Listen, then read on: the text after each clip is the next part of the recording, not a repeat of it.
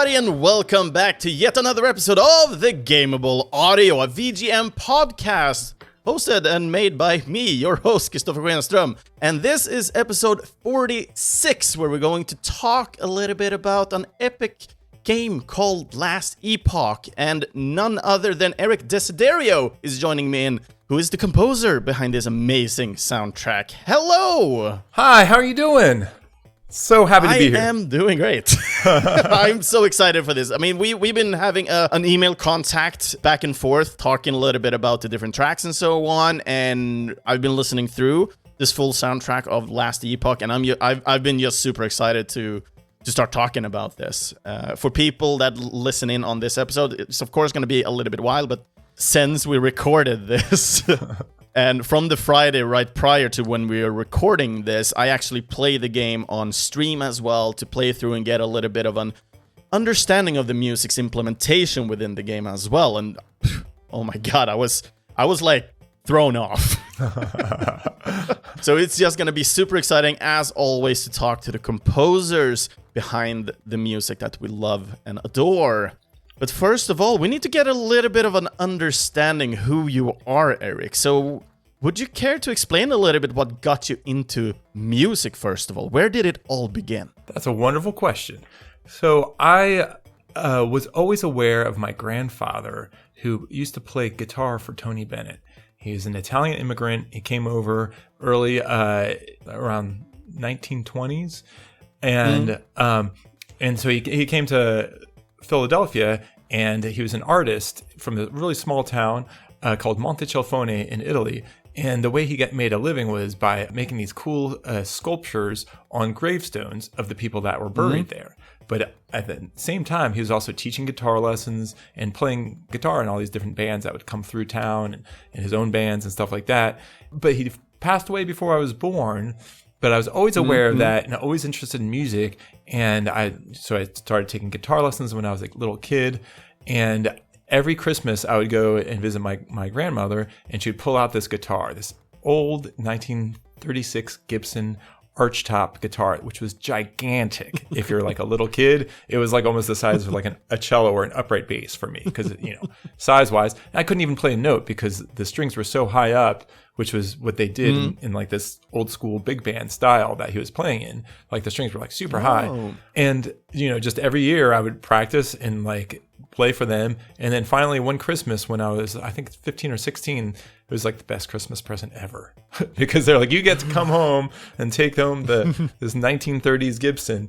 That's amazing and beautiful. It sounded great. You play one note and it fills up the whole room, like that kind of guitar. It was amazing. Damn. Yeah, so that got me interested in music, and took the required piano lessons when you're a kid also as well. But it really got into it when I was like 15, 16, around that same time that I inherited the guitar, and I was playing guitar with some friends, and they're like, well, we really need a bass player. And I was like, what's that? Like, I didn't really know much about it. I had seen some bass players, and I fell in love with the bass. Like, that is, to me, I still think it's one of the coolest instruments.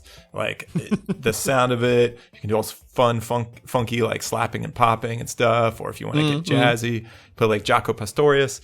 And so for me, that was like an interesting like way to like really explore music. And you're exploring it kind of from the bottom up, right? Frequency wise. Okay.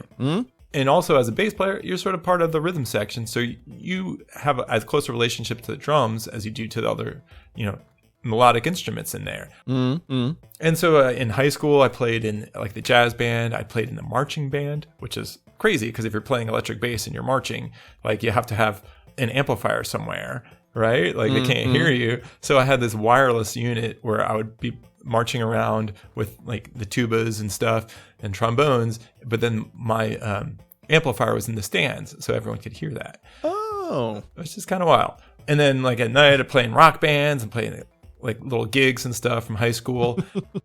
Went to college and studied like recording and engineering there, like production, music production, and I'd play in the big bands and the jazz small groups. I played in the orchestra, playing upright bass, and I would play rock gigs at night, and all at the same time, like rushing back after a gig to get in the studio and record my own music, and getting really into that. Yeah. And then eventually, so just make it real quick. Then I played bass on cruise ships for a while and played bass at theme parks.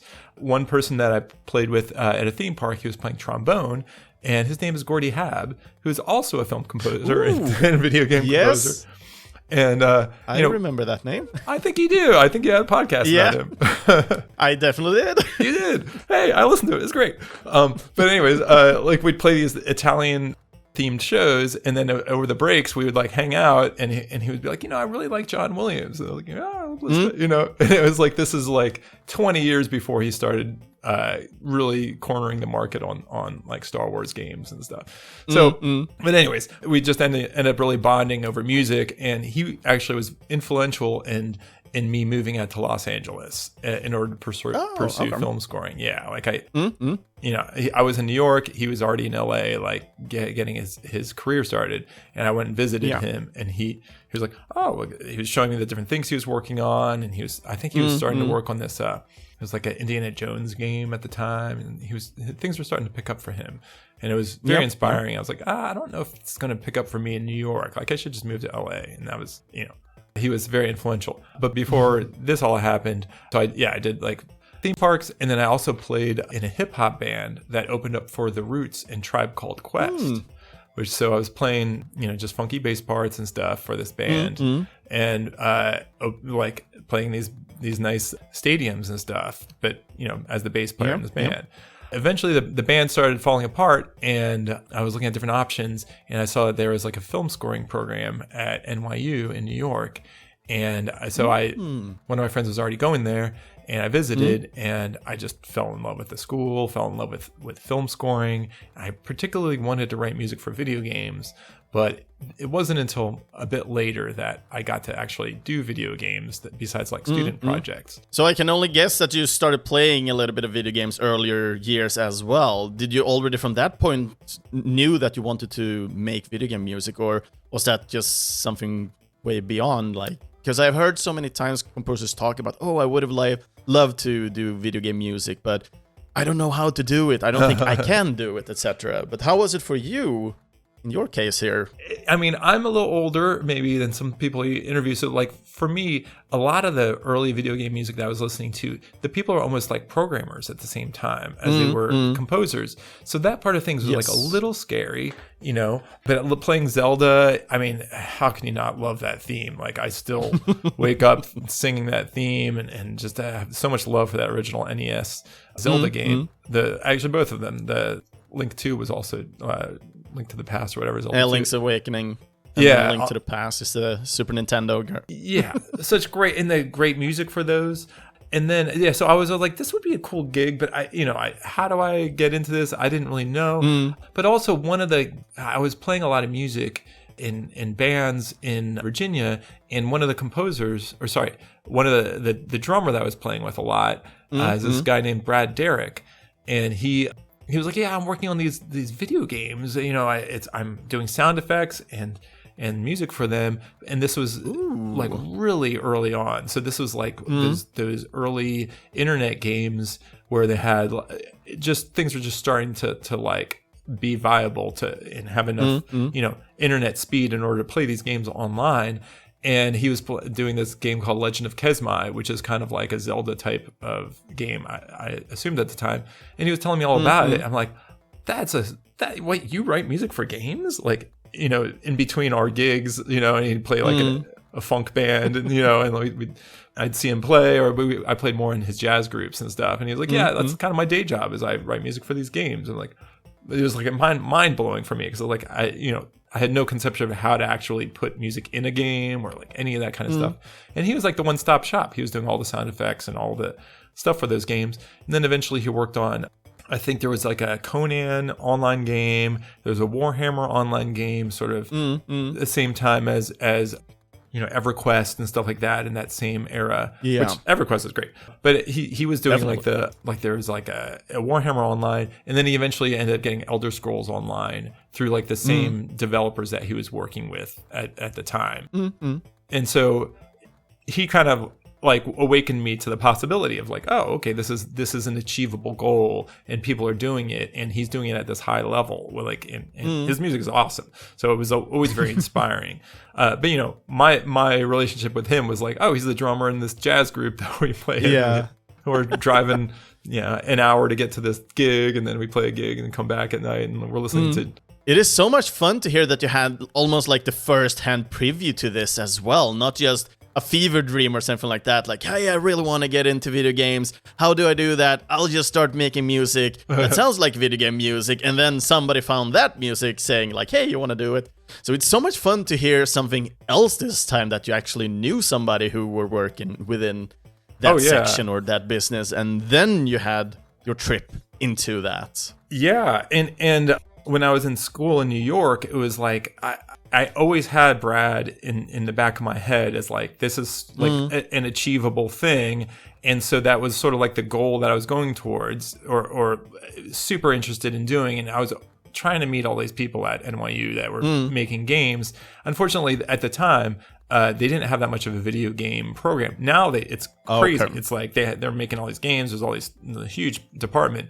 But what I ended up doing is working on all these student films with all these these directors who were going to school there at the time, and these guys like it has a very fantastic film department, and a lot of those guys have won like Oscars and stuff like that from that I knew 20 years ago or whatever. We knew each other as students, and now it's like it's wonderful to see them winning Emmys and Oscars and stuff like that. And every once in a while I get to work on their stuff. So, but yeah, so then I moved to LA after going to school in New York, and just started trying to get anything going that I possibly could.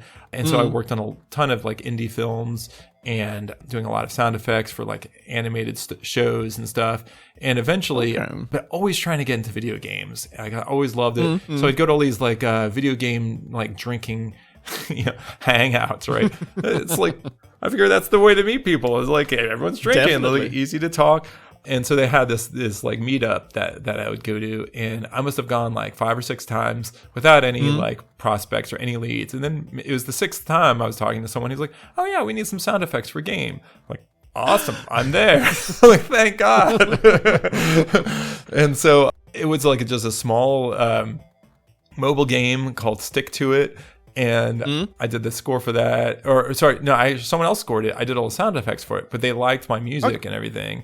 And so the next project came around. It was called This Means War, and it was like a Clash of Clans kind of game. And the budget for that was like maybe $2 million. So I was like, wow, this is a real game. Yep. And so that was like sort of my first kind of real game, and it did really well. It was very popular at the time, like maybe 10, 15 years ago. Unfortunately, that company sort of split off, and my main contact, I was like, oh man, I don't know, I can't work with these guys anymore or whatever. My main contact started his own company, but then, hey, he did this Adventure Time VR game. He was getting into VR at the time. And so he hired me after doing This Means War to do the Adventure Time VR game that he was developing. And that game, it was the first VR game based off of a pre-existing property. So like before that, all the games didn't have any like intellectual property attached to them. They were just like, oh, this is a fantasy game, whatever.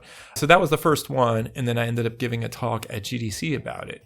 And that opened up a lot of doors, because there were a lot of people in the audience that appreciated the music, and I was able to set up meetings with all these developers. And one of the developers is actually a Swiss company called Oswi, and they made a game called Anshar Online. And through that, so I scored Anshar Online, and the soundtrack was released. And then from that, Star Trek Fleet Command, the game by Scopely, they had heard the Anshar Online soundtrack, and I knew one of the guys that worked there. So that's how I ended up getting hired to do Star Trek Fleet Command. So it's kind of funny, like how one gig leads to the next, Yeah. And one of the students that I worked with at NYU, when I was a student, he like sent me the script, and he's like, hey, this is a modern take on Snow White. I'm going to call it The Huntsman. Just if you want to read it, that like, I'd appreciate any kind of notes. I'm like, sure. I don't think I ever like actually read it. And then he like, 5 years later, he sells it for like $3 million and becomes Snow White and the Huntsman. And then he took some of that money and made this series of like short films based on the characters from Mario Brothers, because he's a gamer. And Mario is a hitman. Luigi is like a drug dealer, a drug addict. Toad is like a kamikaze pilot, like a freedom fighter. It was crazy, and they sounds very crazy, but also fun. Super fun. And it was all modern. It was dark and gritty. There was no like happy Mario theme going on or whatever. Every piece was different, almost different stylistically. And the last one we recorded in Bulgaria, like the orchestral part of it was recorded in Bulgaria. And the guys from Blizzard heard that music and really liked it. Yeah.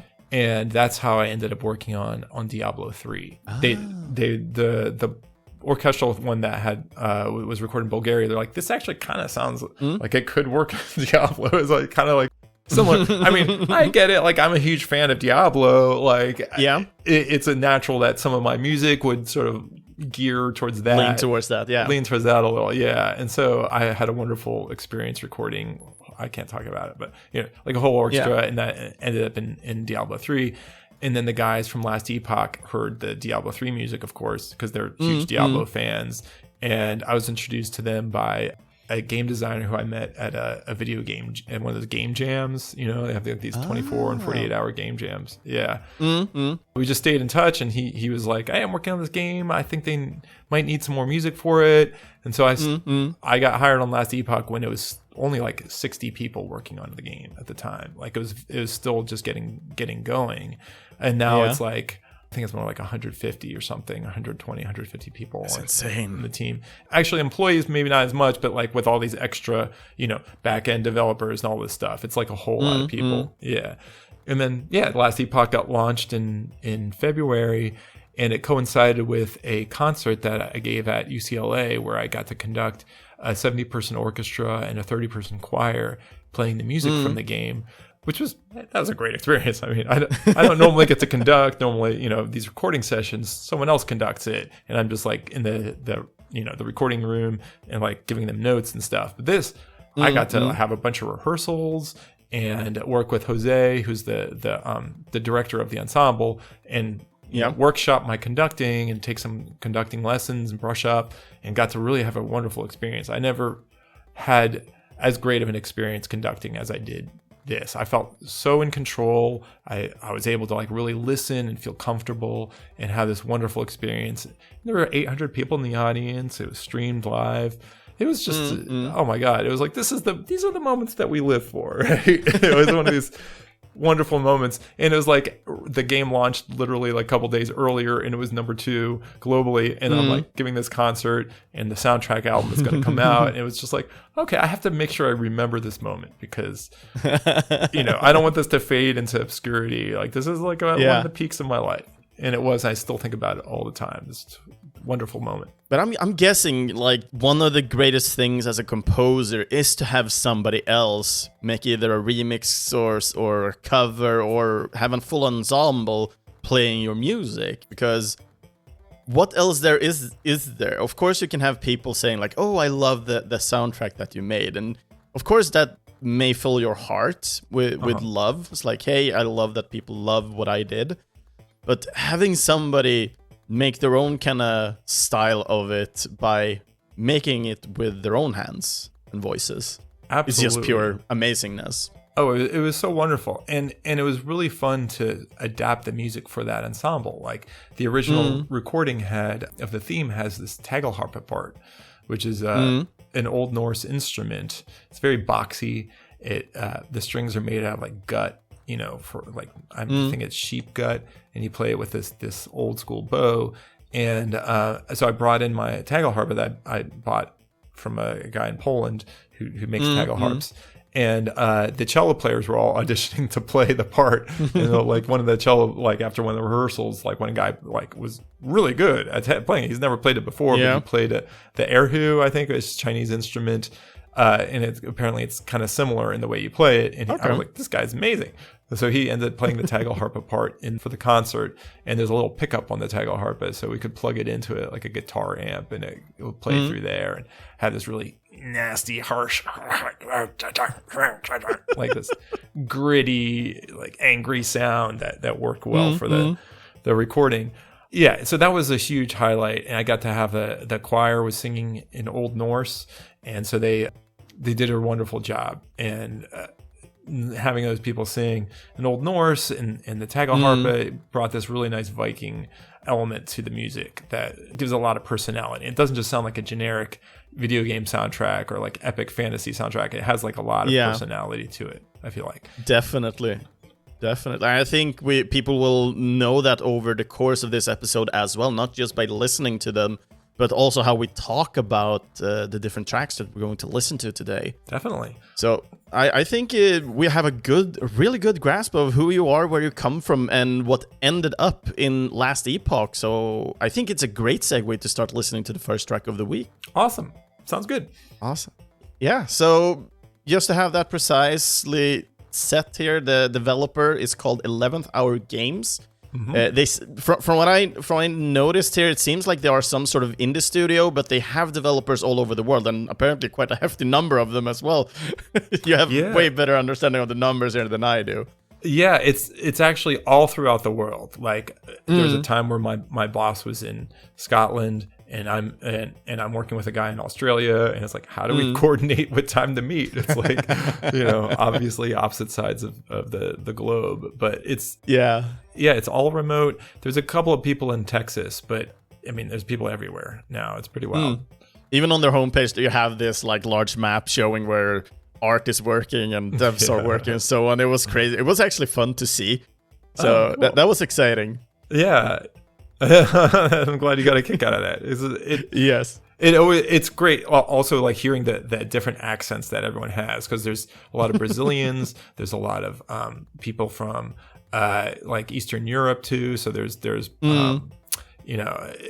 lots of, it just has such a wide range of people and backgrounds. So one of the guys who does QA, he lives in Denmark, and he was able to help me translate into Old Norse because he was able to read the symbols and stuff. So I ran things by him before I'd have the singers sing it.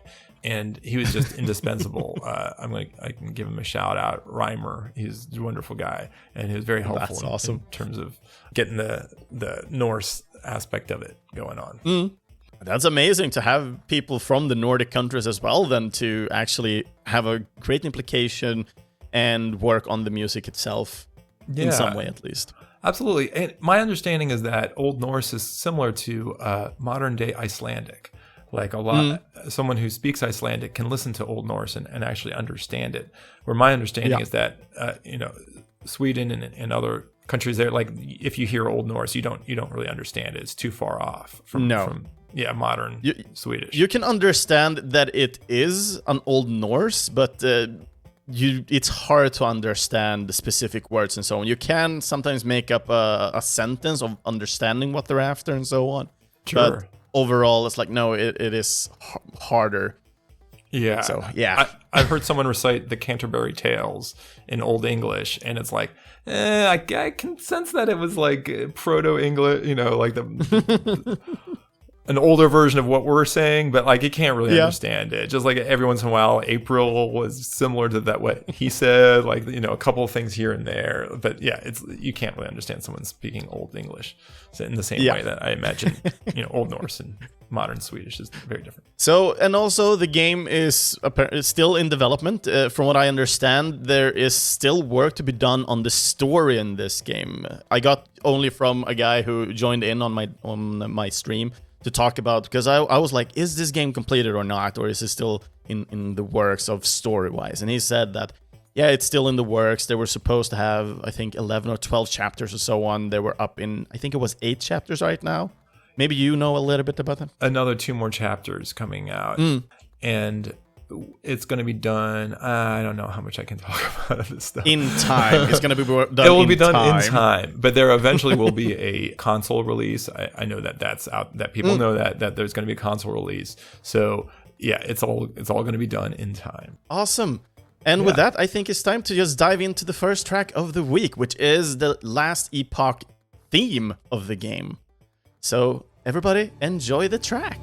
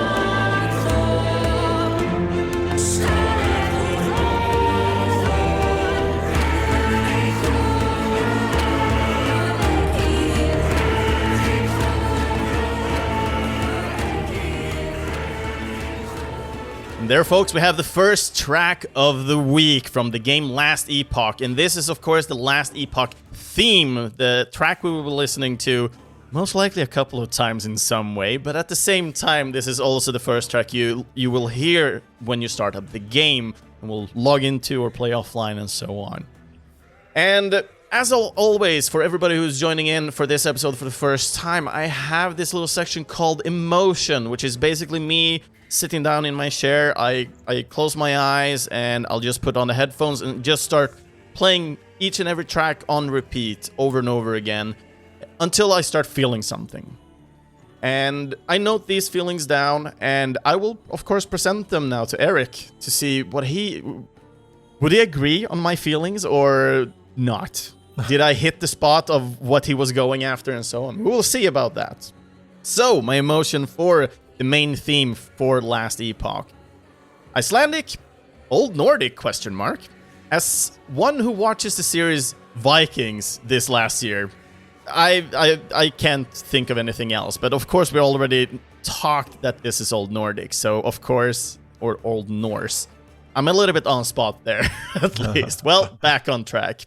Right from the start here with the track, it starts out that it feels like a little bit like a battlefield, that it's about to begin. And then the choir of these words, they happen together with the percussion that gives off a sense of unity, which then escalates with the voices that transcends over to the epicness. It feels a bit over the top for a main menu theme, but I like it. However, I am 100% sure that this is a motif that is used in multiple songs throughout this game, but I cannot fully understand why, though. Why, Erik? Why? No, but first of all, it is an amazing theme. Like I noted down here, it feels a bit over the top, though, for a menu theme. Usually, the menu themes tend to be a little bit easier. So what made you go with this type of style of main theme, first of all? Let's start there. Sure, that's a great question. And we had discussed with me and the developers different ways of approaching it. Like, I originally wrote this as an instrumental track with that same melody, da da da da da, but played by horns, strings, but we really wanted to grab people and have them excited about playing it. And so I discussed with them, hey, why don't we have people shouting on it and that kind of stuff. They're like, maybe not for the main title. I'm like, well, let's just give it a shot. And we did it, and we put it in the game, and just internally among the developers, like, hey, what do you guys think? And I'd say like 75% of people were like, this absolutely. And then 25% were like, it's like it's a little too much, maybe. And so what we did is we lowered the volume of the voices, and we used some EQ to make them not sound quite so upfront. So the mix that you hear on Spotify and on the album has the voices like way up front and like really grabs you hopefully by the testicles. But the actual menu music, when you hear it, it's a different mix where the voices are more subdued and the music in general feels a little further back, and which is good because I know that if it takes someone's computer a little while longer to get the game running, they might hear they might hear it for an extended period of time, and you don't want them to go crazy or mute the music. And I feel like we've got the right mix of intense enough with this alternate mix, but not too intense that you're not going to wear on anyone's ears. And so far we had just really great response to it. If you go on the YouTube, we have a post on YouTube, and there's just pages and pages of people really enjoying it, and it's got a lot of listens.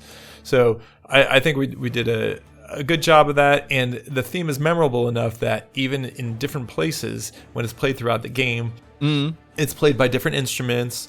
Sometimes we change the rhythm of the music, and it comes in like in a very subtle way, like in Keeper's Camp, you'll hear it. Yes. And I'm lucky that it's a melody that is easily adaptable to a bunch of different situations. You know, it can sound pleasing and pleasant in the background. It can sound intense and making you want to go to war and fight this big boss.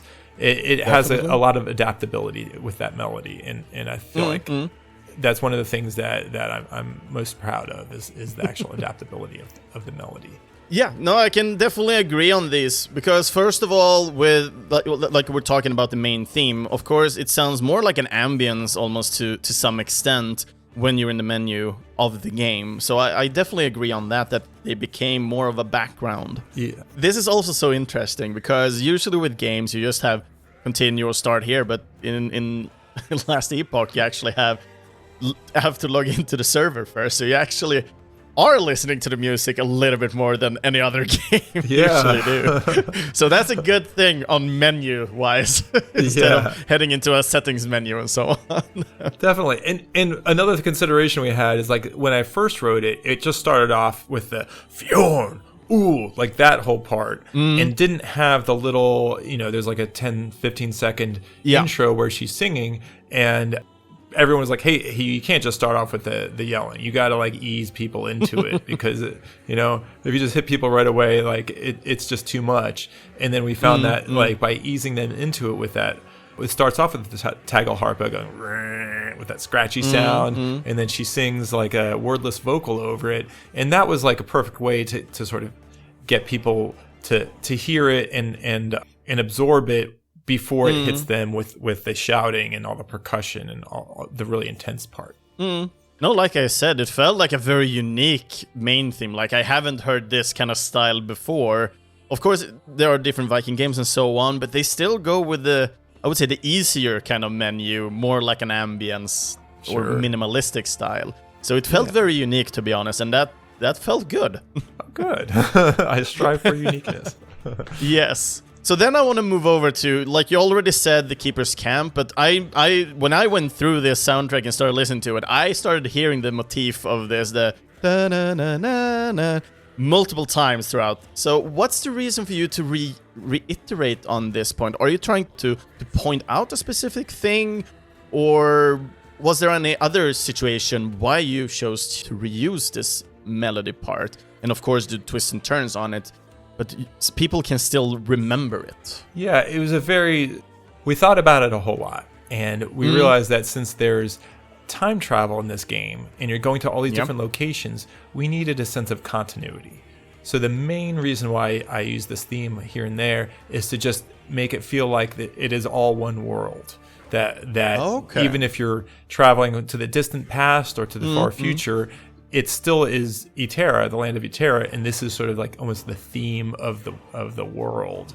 And being able to adapt it in the different locations gives us the strong sense of continuity that the game really needed. And when I first started on the game, they had sort of temporary music tracks, right, where they just throw music from other games in or stuff like that, and it just sounded like a jumble, and it didn't feel like a consistent soundtrack of like a unified vision for the world. And so it was really important to have this theme and have it be instantly recognizable and be able to use it in all these different places. I feel like I mostly use it when you go to like a town area and you're exploring and talking to different people. And that's when the theme comes in here and there. And so that I found like that was the easiest way to unify it. If you're just exploring and stuff, I try to focus on the sound that I'm developing for that particular area or that particular time period.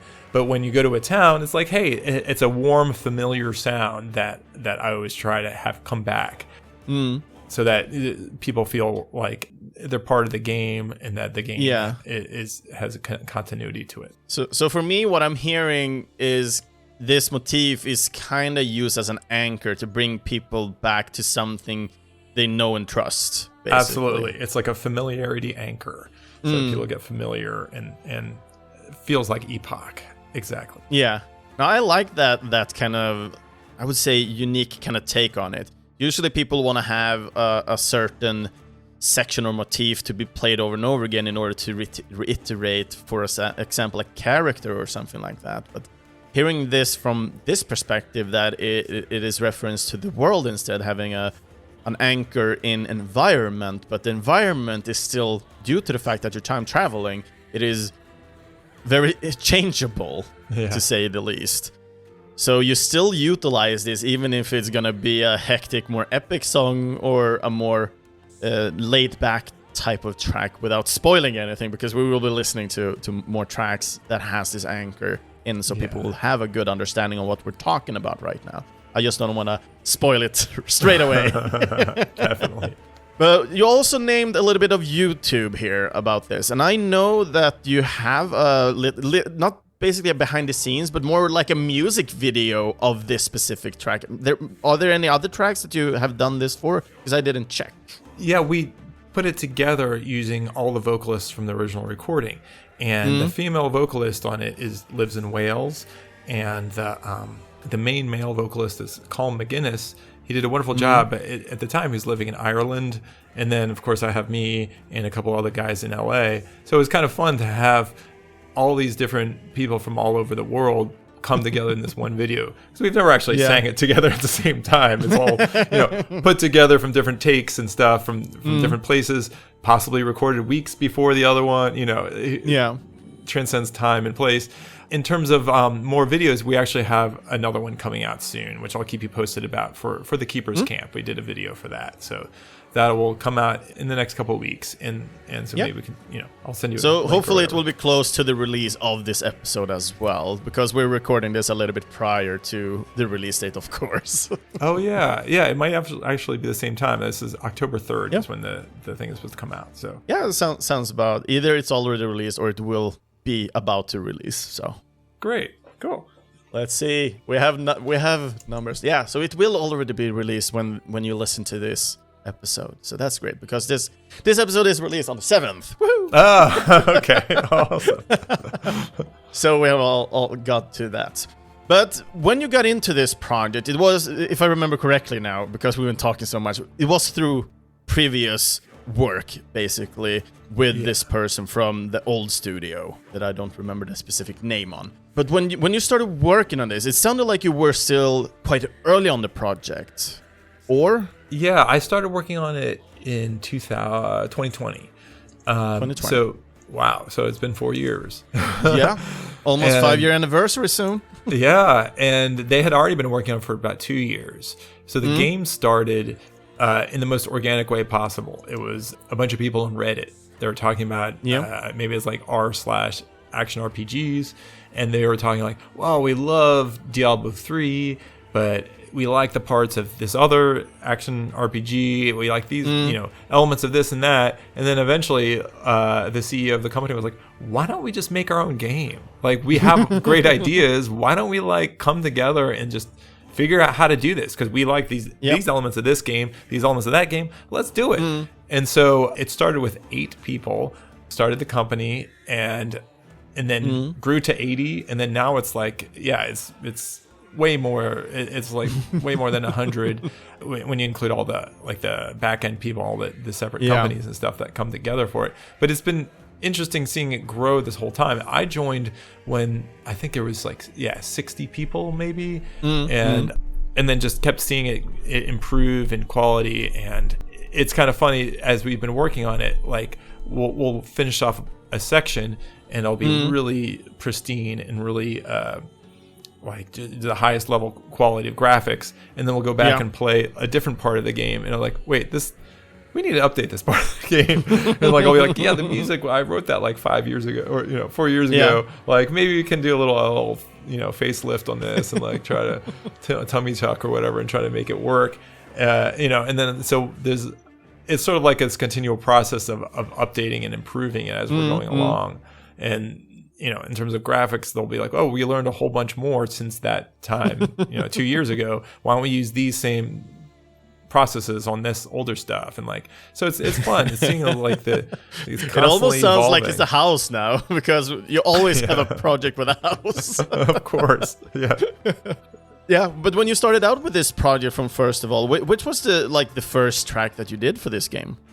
Was it the main theme that you did in order to try and get a red thread throughout an understanding of the soundtrack, or? No, the first stuff I was working on was some Immortal Era stuff. And the Immortal Era is a lot of undead. There's like a skeletal empire that is like taken over. And so I started working on that era, and I worked for about at least 6 months on the game before I wrote the theme. And so I actually had to go back and work on some of the earlier tracks I had done and put the theme in there in order to give it that sense of continuity. It was an interesting process also writing the theme. I wrote like maybe 5 versions of it, and we had people vote on it, and they voted on what stuff they liked the best, and eventually we had to do it so it was completely fair and unbiased, so I didn't have the name of like, I didn't name each one a certain thing. It was just like, I like number 3. I like number 5. It was like that, trying to make it super fair. Very anonymous there. Anonymous, yeah, all that kind of thing. And the only way you could vote on it is if you listened to all of the tracks and like gave it time. Like it was not like a casual person just popping and listening to one track and being able to vote on it in Discord or whatever.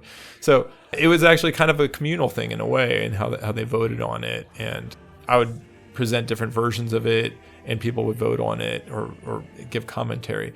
That's how a lot of stuff is done at Last Epoch. It's done all online. So we used to use Discord, and now we use Slack.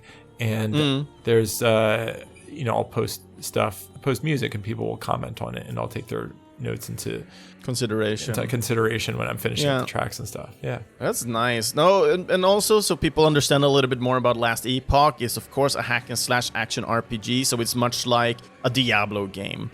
And of course, I would say this is like a love child between a Diablo game and Path of Exile, which is also developers from Blizzard back in the day. So that's actually a perfect way to describe it. And we actually, when people discuss it, we're in the team, we're always like, to put it out there, we say, like, if Diablo, I guess 4 now is what we talk about mostly. Diablo 4 is on the left in terms of like the ease of getting into, but more simplified. And then Path of Exile, you kind of need a PhD in order to really understand the game. And that's all the way on the right. We're sort of in the middle, where it's like you can jump into it, but like the depth of the game just keeps going and going, and you keep discovering more and more layers, and different things unfold in terms of the specializations of your skills and how you can access, or you can allocate these different points to different specializations. You can really build whatever kind of character you want and whatever kind of play style you want. If you like spinning around with a big hammer, you can do that. You can do that. Yeah. And that's really, really fun. If you want to play this other kind of style, you can play all these different styles of games. I personally prefer the style where I have a bunch of minions, and I'm a necromancer, and I create a bunch of skeletons or zombies that explode, or guys on fire or whatever, and like to craft my minion army to exactly how I want it. And that's my preferred play style. I need to branch out a little more and try something else. But that's my go-to. It's like, dude, I just love having zombies that blow up, or like these guys, these skeletons that run in there and attack, and I have a bunch of skeletal archers that attack. Then while I run in there and clean up the dregs, that's my play style. That sounds amazing. But we'll talk a little bit more about play styles as soon as, because I think it's a great segue. We move over to the next track. Okay, that we're going to listen to. We named it a little bit prior to this, but the track we're going to listen to next is Keeper's Camp.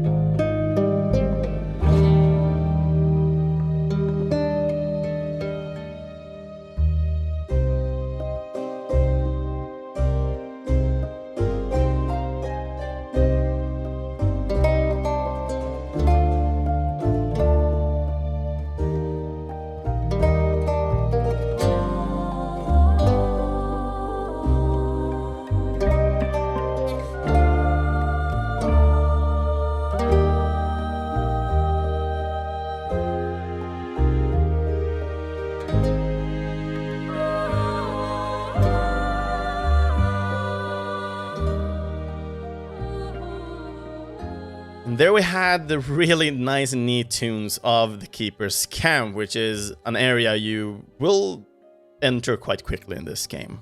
So my emotion for this one, it's a nice and almost religious feeling as this track starts. But even in this song, we can hear the return of a small portion of this motif with the string instrument, like we talked about previous for the previous track.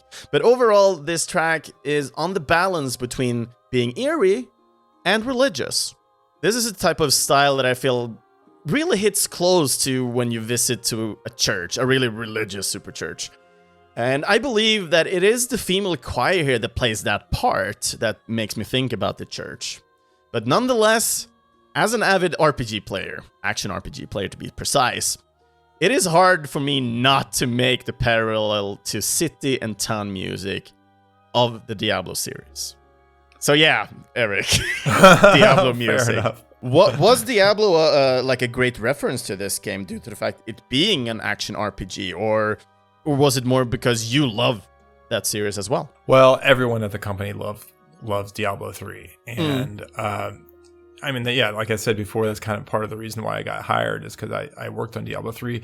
And but when I was growing up and playing Diablo, that guitar part, that Tristram chord, was like a huge gateway for me into the game, and it was a sort of like an anchor for me. Like every time you hear that chord, I'm like, oh yeah, this is Diablo. Okay, this is that wonderful experience. And for me, I obviously I don't want to like redo a Tristram chord or anything. So I feel like for me, the Fjorn Uld is one of the anchors that I have, and it was so well liked by the development team that they put it in. So every time you level up, you hear that yelling of Fjorn Uld. So like, boom, I went up a level, Fjorn Uld. And so that's sort of one of the big anchors for me. And I can see what you mean in terms of like the female vocals give it a sense of religiosity or just like having a religious sense to it. I feel like more like it's like a sacred ground in terms of this is the camp where they have set up and they've been able to defend it, and it's all these different people selling their wares. There's lots of conversations going on. This is the place where people interact and before they go out and do more adventuring. Yeah, and you're right. It's probably like the third or fourth level in the game, so you get to it pretty quickly. And that's where a lot of people also form their teams or their groups, so that they'll see another player and they'll message them in chat, and they're able to just put a group together pretty quickly. And this track also features the same vocalist from the theme. Her name is Fionn Elisa, and she lives in Wales. And she did a wonderful job on this and on the theme. And yeah, you can hear little bits of the theme. I start playing the theme on lute, and before she starts singing sort of a variation on that theme.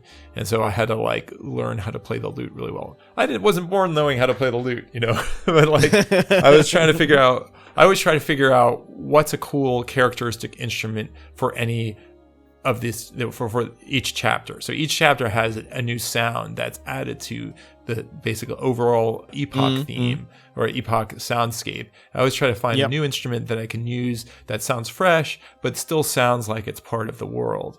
And for this chapter, the lute was the main instrument, and I'm like, well, I don't know how to play the lute. Like, how do I do? What am I doing? So I bought a lute, and the only way to do it is just like sit there and play it for hours a day. And after like a week or two, I started writing music on the lute, and I could play it well enough that I could feel comfortable and not feel like I was limiting myself. And it's a funny instrument, right? Like it's like known for Renaissance times and stuff. And back then, I guess it was the pinnacle of technology in terms of the tuning pegs that it has with the strings. But like now you have gears and stuff, and it's like way easier to tune. This is like if you turn the peg and you turn it a little too far, it might slip and unspool, and this is like all the string comes out, and you're like, oh my god, it's going to take me like another 10 minutes to get this thing back to where it needs to be. And you have to put little bits of glue in the pegs so that they stick and they don't just constantly unspool.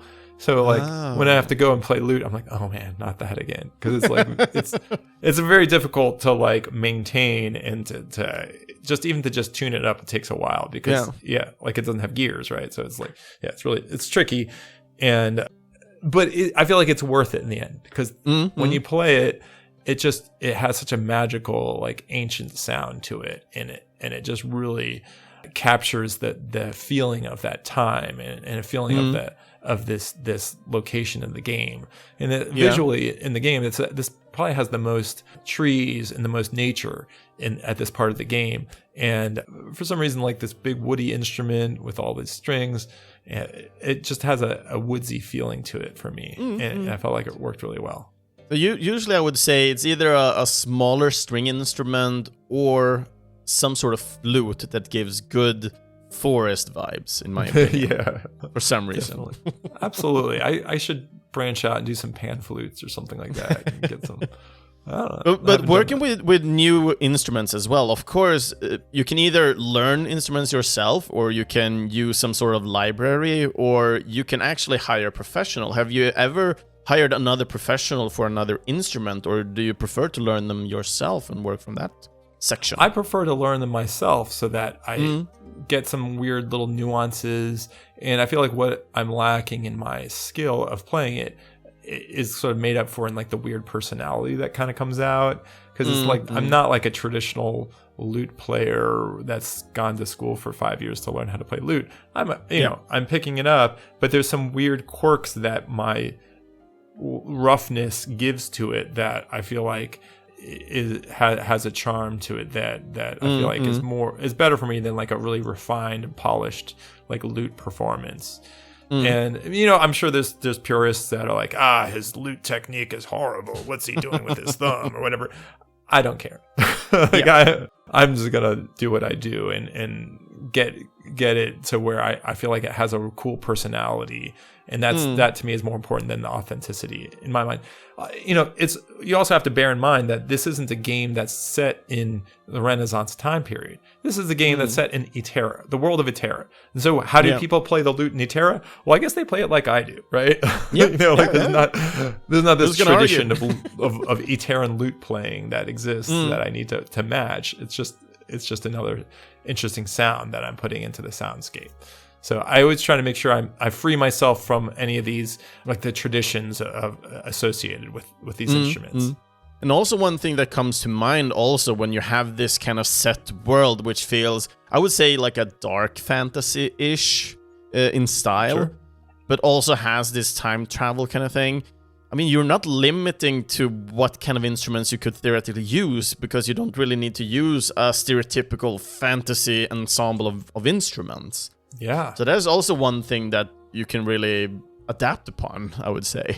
Absolutely. I feel like it's very freeing to look at it in that way and be like, I don't have to do this traditional way of doing it, like the instruments that were around during the Renaissance or whatever. I can just put whatever instruments I want, but I want to make sure I give it a certain flavor, and the flavor is sort of a mix of these different instruments together that especially like the brass stuff during the Renaissance time period. The brass wasn't the same quality as like modern metalworking that can make an amazing horn, with the proper valves and stuff like that. It's like everything's much more refined and better instruments, and I like that quality to it, and it has a level of quality and expression that you don't have if you're trying to do like period instruments of like from the Renaissance, would be like a crumb horn and a sackbut, these old school Renaissance instruments.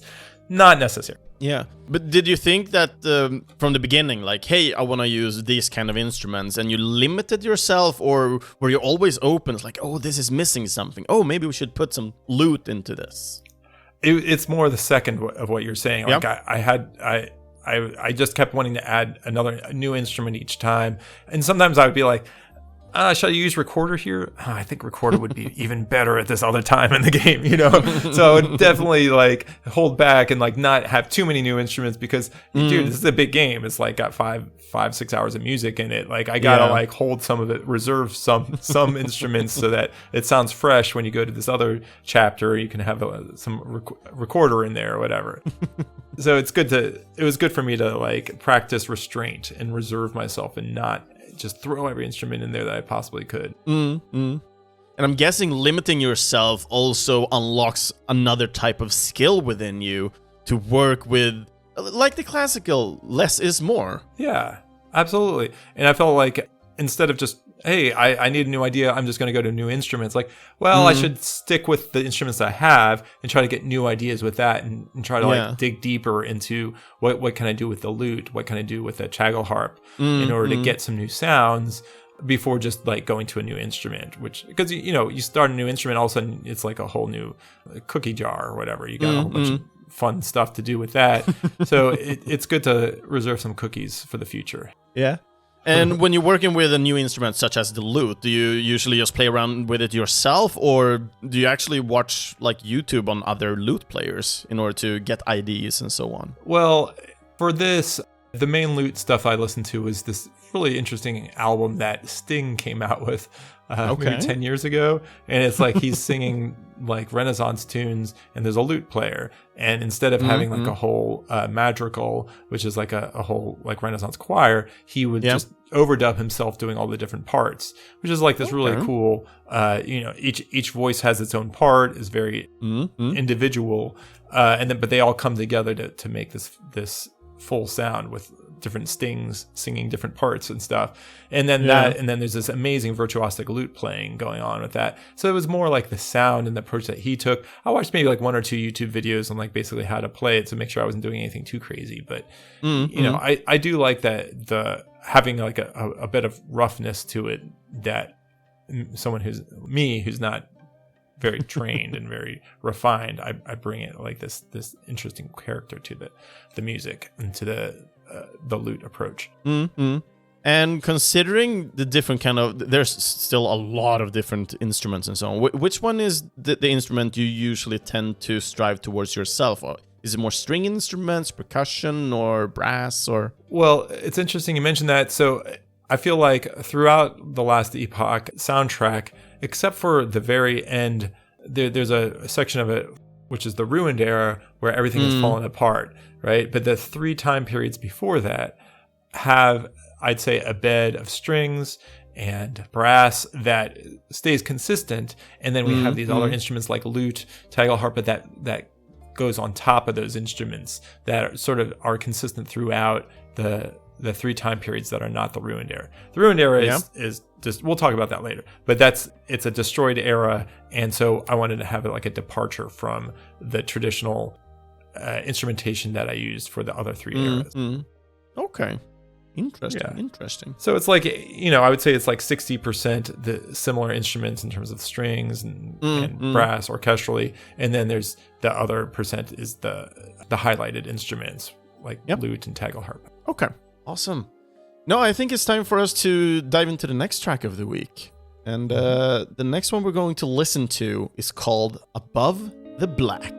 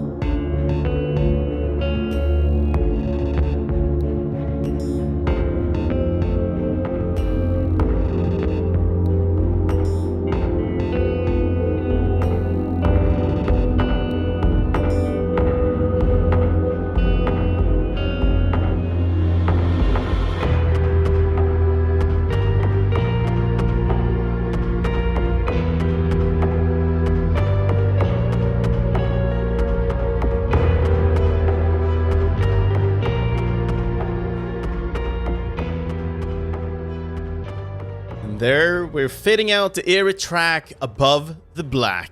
My emotion for this, like I said, this is an eerie track. Glitchy and even a tad of industrialism with the tempo of this song. Effects chosen gives me almost this alien-like soundscape. After about the half of the track kicks it up a bit with some sort of crescendo. But it still doesn't really reach to the point of no return, which a crescendo usually is for me. Instead, it sticks to a buildup of eeriness. I'm scared. What the hell? So, can you describe a little bit of the understanding of this song? Because this is one of those tracks I did not hear within this game. So, can we put up a little bit of a painting here of where we can hear this? Absolutely. So this is the first track that we've listened to that's part of the Ruined era.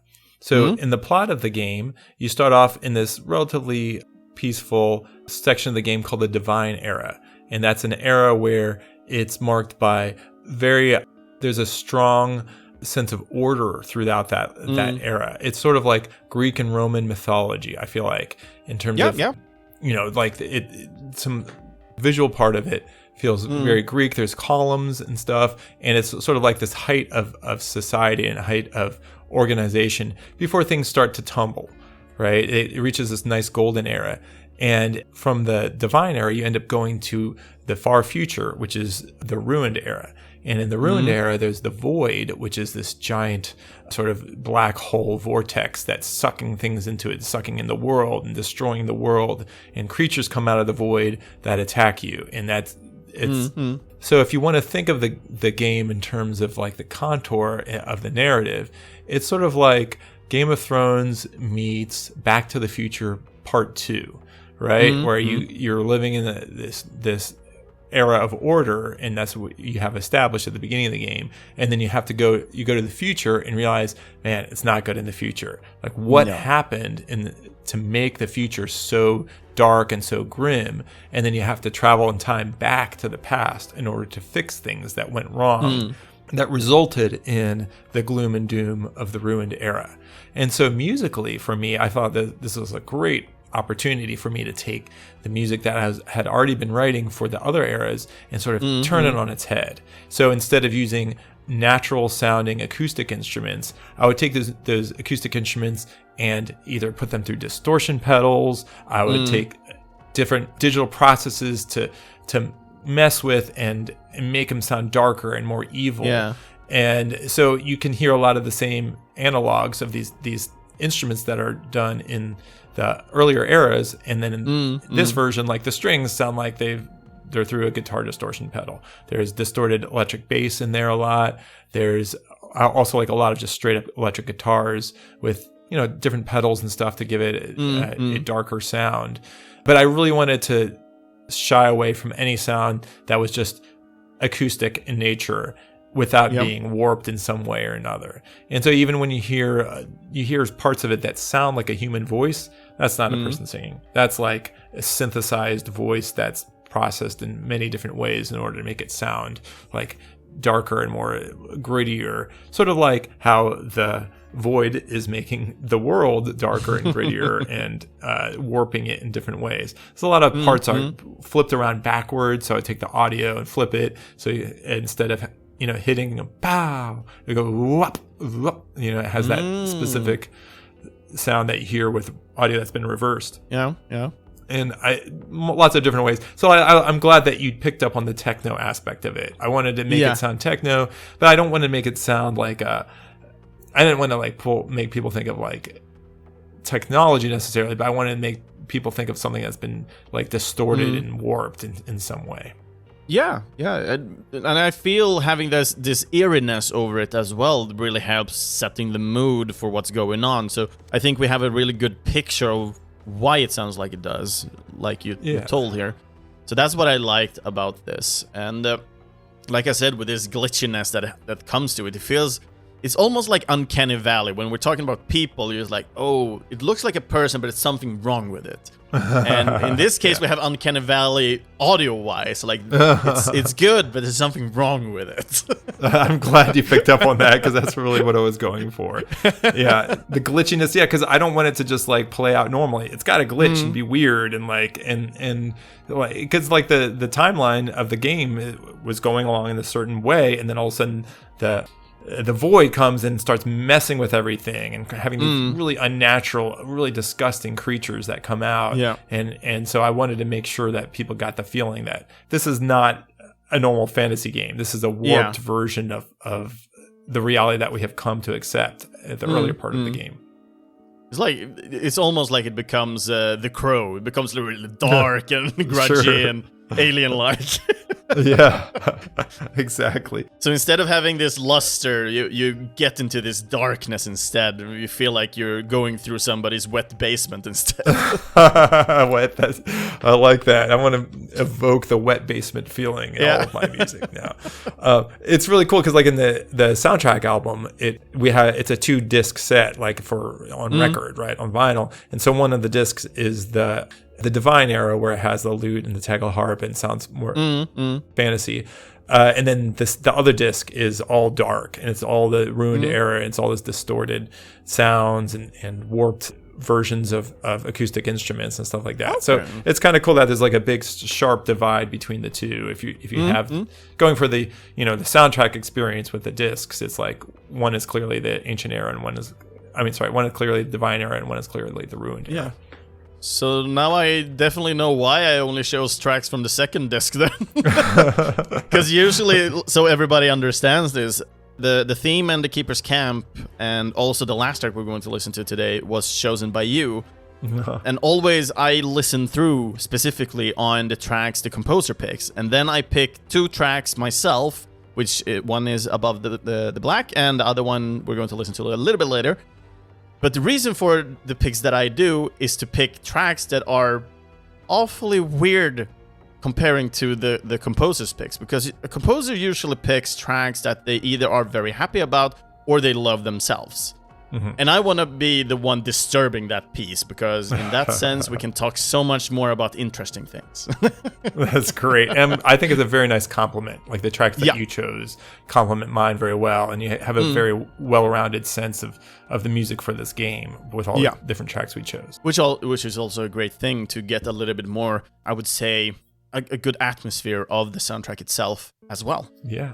So, considering that you have a good and a bad side of the soundtrack itself, one thing that comes to mind, and if we talk specifically about the Black, like I said, you have this kind of crescendo going into this, but when you're having an experience like the Last Epoch, I can't avoid getting the feeling that the soundtrack inside the game is a little bit more dynamic than it is what we're hearing on the soundtrack. Is that the case, or is the track we're listening to inside the soundtrack very similar to what we get inside the game as well? Well, it's interesting because when I have to put the tracks together from the game and make a soundtrack out of it, I'm taking pieces of different parts that build up to other parts, especially with the boss battles, because they don't necessarily play out the same way each time, because just depending on how, like if the boss is reduced to half their health, it might end up playing a different transition at a different point in time. So when I assemble the tracks, I have to sort of take into account the different variations within each experience and try to get what I feel like is the best realization of all the different parts into like a 3-minute format or whatever, like a normal length of that's happy for people to listen to. And so I think this one builds up a little bit more in the game to a bigger crescendo, but in terms of like a listening experience, like since we don't have anything visually to being referenced, if you're just listening to it by itself, I felt like just this intense building feeling was kind of what I was going after with this one. So hopefully that makes sense. It does. No, it's always interesting in when it comes to video games, because you never know what the player is about to do or is doing. From my opinion on this, it's always super interesting to talk a little bit more about these subjects, because today we are able to work more dynamically with music, having shorter loops, adding loops, and adding more layers to what's happening. In terms of how Last Epoch works, do you also work with a little bit of more layers depending on what happens to the characters, or do you have like 1 or 2 versions that kind of fades back and forth between them? That's a great question. So in most of the exploratory areas, there isn't as much dynamic and adaptive music being written. It's more just playing back as you're the same way each time, and it was just a long extended loop. We tried early on making it so that like when you start fighting more creatures, that it plays another layer, and when you're just exploring, it goes back down. It ended up sounding very schizophrenic, to be honest. Because just the nature of an action RPG, you might just the way that the battles occur, it was like it was always ramping up or always ramping down, and it didn't have a strong enough through line musically for us. For most, I would say like 90% of the levels, which are of the soundtrack, which is just exploratory in these different levels.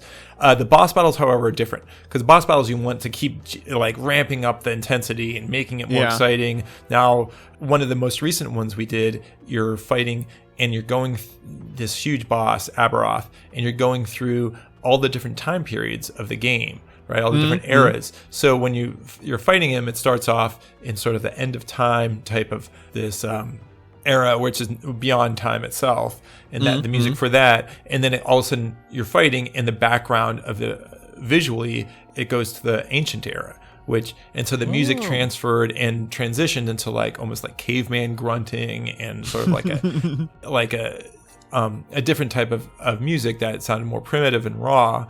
And then from there, it transferred or transitioned into the Divine Era, which has more of a feeling like that Greek and Roman nobility, and like has a high fantasy elements to it, but like a Greek and Roman like established order and the best that civilizations can be. Then from there, it transitioned into the Imperial Era with the mortal skeletons and stuff like that type of situation, and then into the Ruined Era, which is the one we discussed with the void destroying everything and the creatures coming out of that. So that one was like the most adaptive piece of music I've written so far for the game. And if you look at it, it almost looks like a flow chart, right? Where like it starts here and then goes here and then it loops here and then it adds another layer and then it transitions here. So it has to play this transition which lasts 10 seconds, and it goes from 105 BPM to 110 BPM within the span of 2 bars. And it's like almost like a huge algorithm or like a math equation, like this piece of music that I wrote for it. And if you look at it, it's like, holy mackerel, this is like super complicated.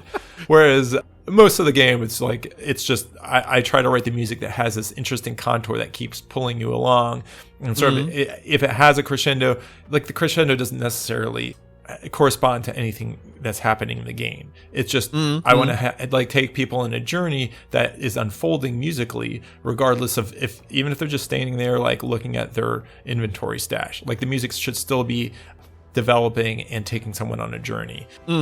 I feel like it's a funny thing, because like when I first started getting into game music, one of the things that had a wild realization for me is like I was playing Warcraft 3, and it was like I paused it to go to the bathroom, and I came back and I was just like listening to the music, and I was like, wow, this music is really going on a journey, even though the game was paused, right? Because like it didn't go to a separate loop or whatever to tread water or to keep time. It was like, okay, this is still a journey.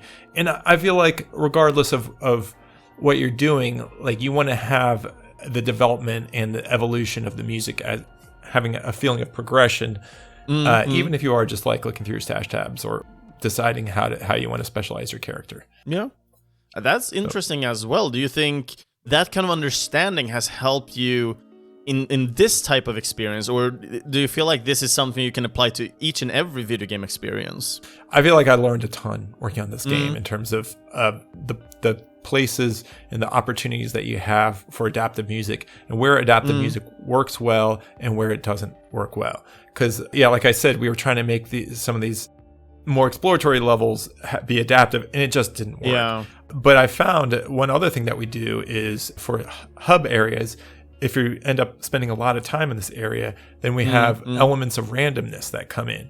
So we'll get to another track later on where I obviously, in order for you to play it back, I had to basically take the best version of all the different individual parts that I had put together.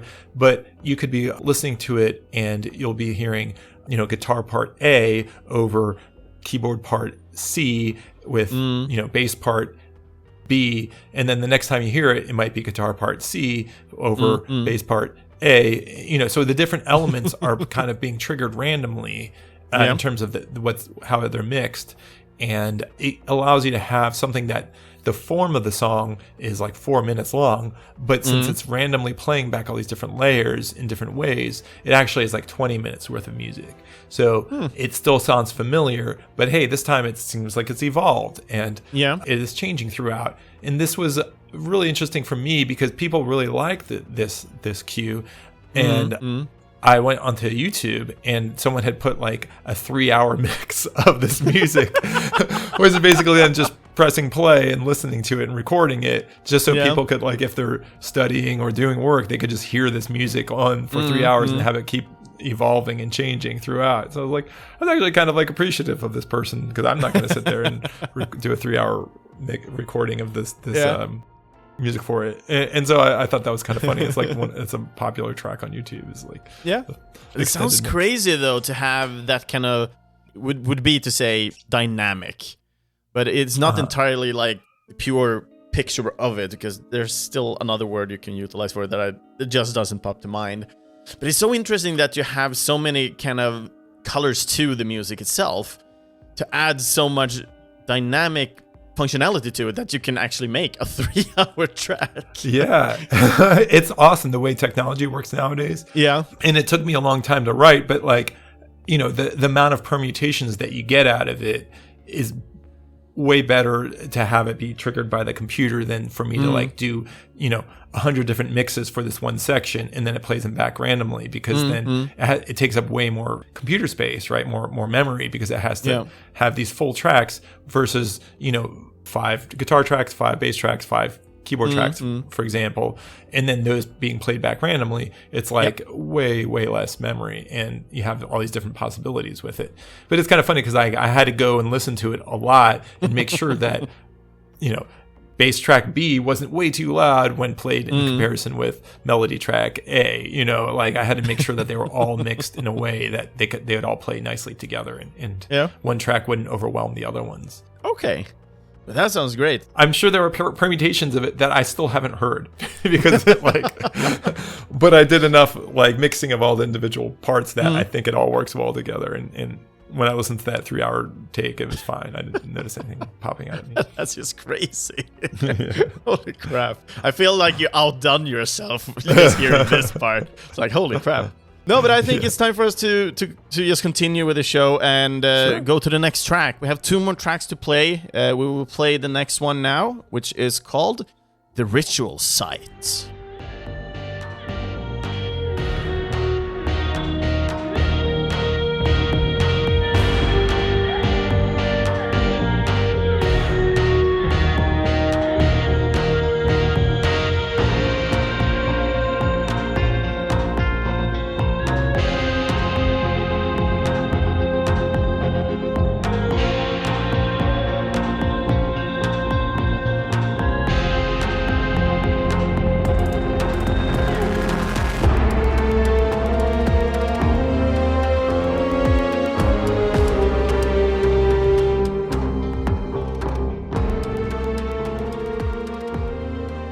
The Ritual Site, and my emotion for this track.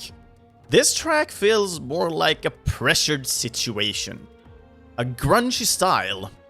Still having this eeriness with the radio static thing. I don't know if it is really radio static or something you really crunch together now, but I'm getting radio statics here. But in the end, it feels like I'm in a mysterious place, and I do not know exactly what to expect here. And that's everything I wrote on that one. Okay.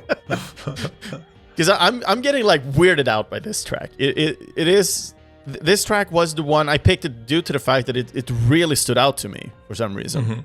I'm glad you had this wonderful reaction to it, because that's what I was going for. Like I wanted to have it jump out at you. This is a boss battle, and you're fighting this creature that comes out of the ground. You meet a bunch of cultists in the game, and they all talk strangely about, like, you know, wanting to combine. It has this really interesting narrative arc where they're trying to like have a ritual in order to bring about like the creation of this new creature, and you go there, and it's a bit of a surprise, and you go there, and all of a sudden like there's this really wild creature that's coming and attacking you. And so it starts off where you don't really know what's going to happen next. And like, I'm meeting this cultist outside of his camp, and I'm going to see what's going to happen here. And then all of a sudden, like, boom, like this creature comes out, and then you have to fight him and defeat him. It has a lot of like warped instruments. Like there's orchestral elements in there, there's orchestral brass and everything that is in there, but it's distorted. Like the radio static, like you said, you're probably picking up on all the like the distortion effects that I have put on it. That is giving it that grunge and that gritty sound that makes you feel like it sounds like Epoch, but it's different. It's darker and more dangerous. And that's the feeling I was trying to give from this track.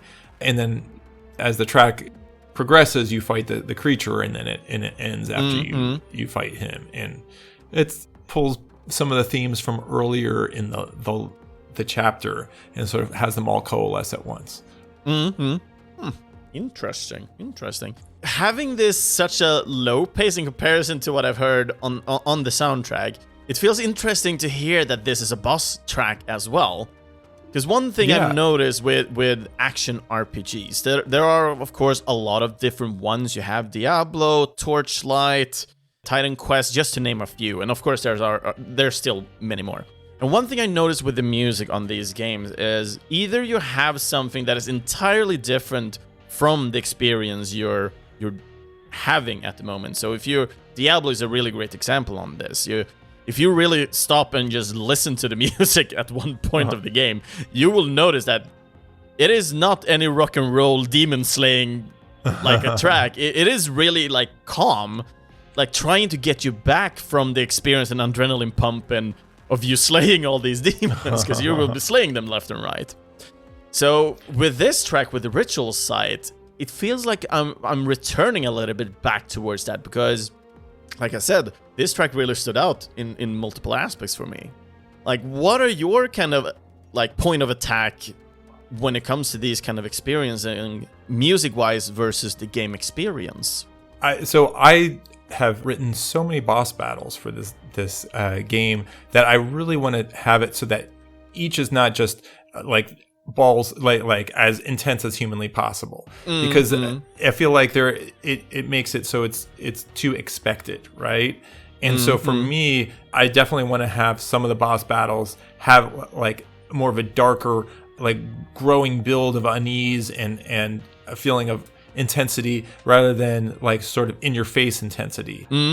So it's interesting to have a balance of that, and I feel like I took a lot from this game that came out maybe like 15 years ago, and I'm blanking on it.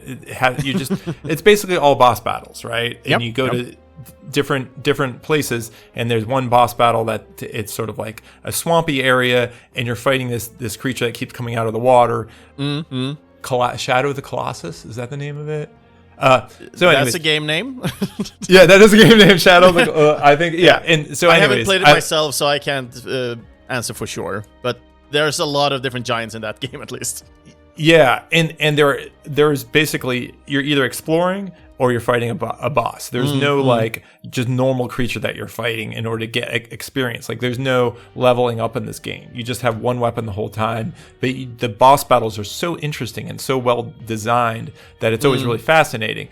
But I after playing this game, I came to the realization like, man, a lot of these boss battles are not like like 10 out of 10 in terms of intensity. So this one here, one of my favorite ones is like a 4 out of 10 in terms of intensity. But it's such a compelling bed of music for this boss battle, and it gives me a different feeling, and it kind of opened up my eyes like, maybe every boss battle doesn't have to be 10 out of 10. Like maybe there's a way to make it still have this crazy feeling of intensity, but not be 10 out of 10 in terms of the music being in your face, and have like a more of a slow burn that's an intense burn, but it's not just like bone crushingly intense and in your face. So that's more of the approach that I took for this boss battle. Okay, you want to keep people entertained with the music. Like if you just it's a boss battle, it's going to be 10 out of 10 in terms of intensity. People are just going to like kind of tune it out after a while. Yeah, you don't want to give them like a heart attack either. Yeah, you know what? Exactly. And a lot of what I take into account is like, how long is a boss battle supposed to last? Like, if it's going to last 10 minutes, you can't have 10 out of 10 for 10 minutes. Like, it's going to have ear fatigue, and people are not going to be interested. And that's another reason why that Aberoth battle was we spent a lot of time on that, because people were going to fight that boss for like 10 minutes, and they're probably going to have to fight it multiple times before they do it, before they beat him. So we wanted to have like a lower intensity part and have it build up and have like a nice contour to the battle. And that's sort of like what's going on here with this one too. Okay, interesting. I love when it comes to the understanding as well, and having this discussion of understanding it. In comparison to when you did get this boss battle, it's like, hey, we need you to make the track for this boss battle. Are you able to play already from the get-go there, or are you getting more like art pieces or concept art and so on of the boss itself? Like, hey, make a theme for this area and this boss. Well, for this level, in this chapter, I was able to play through it in its entirety, and it had already been sort of developed previously, and kind of finished. And then I went back and like redid all the music for it and made everything fresh.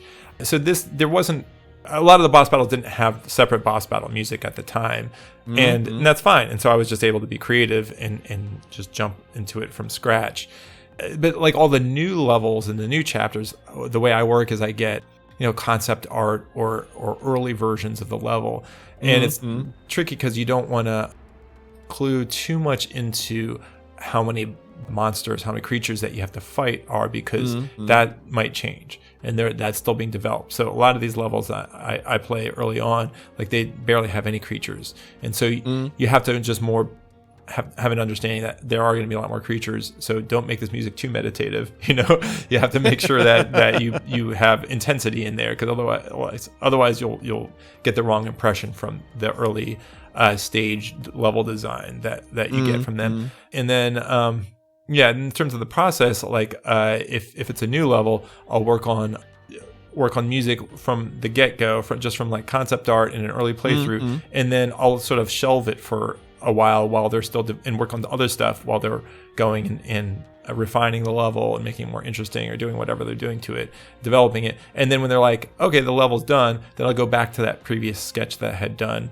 long ago, and I'll build it up and I'll make it the full length, and I'll add more instruments and more finely tune it to how many creatures that you're actually fighting, and do it like that. So it's an interesting process. And also leaving music alone for like a month or two and not thinking about it, and then coming back to it, you hear it in a different way, and you have different possibilities that you would come to than if you had just worked on it that 2 months ago. Not to mention I've been writing music for all these other different parts of the game. So like some of the themes and some of the approaches that I did on this other part of the game might come back into that level that I'm going to when I revisit it. That is interesting as well. I mean, in this case, you're also getting a little bit of perspective returning, and even if you're away from something and then returns to it, it gives this another perspective. But do you usually tend to get any writer's block and so on, and how do you tend to get more perspective in that case? I'm lucky I don't really get writer's block. And that's great. And knock on wood. Yeah, knock on wood with that. I'm to blame if it happens now. Yeah, of course, Chris. Oh my God, I get an angry email one week from now. Yeah, never had writer's block before. You did this to me.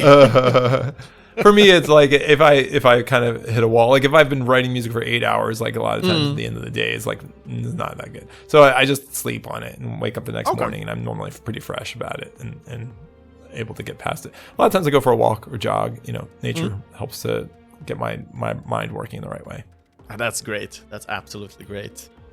But on the segue on this, it is time for the last track of the week. And the track, are you ready for this one? Because this is the track called The End of Time.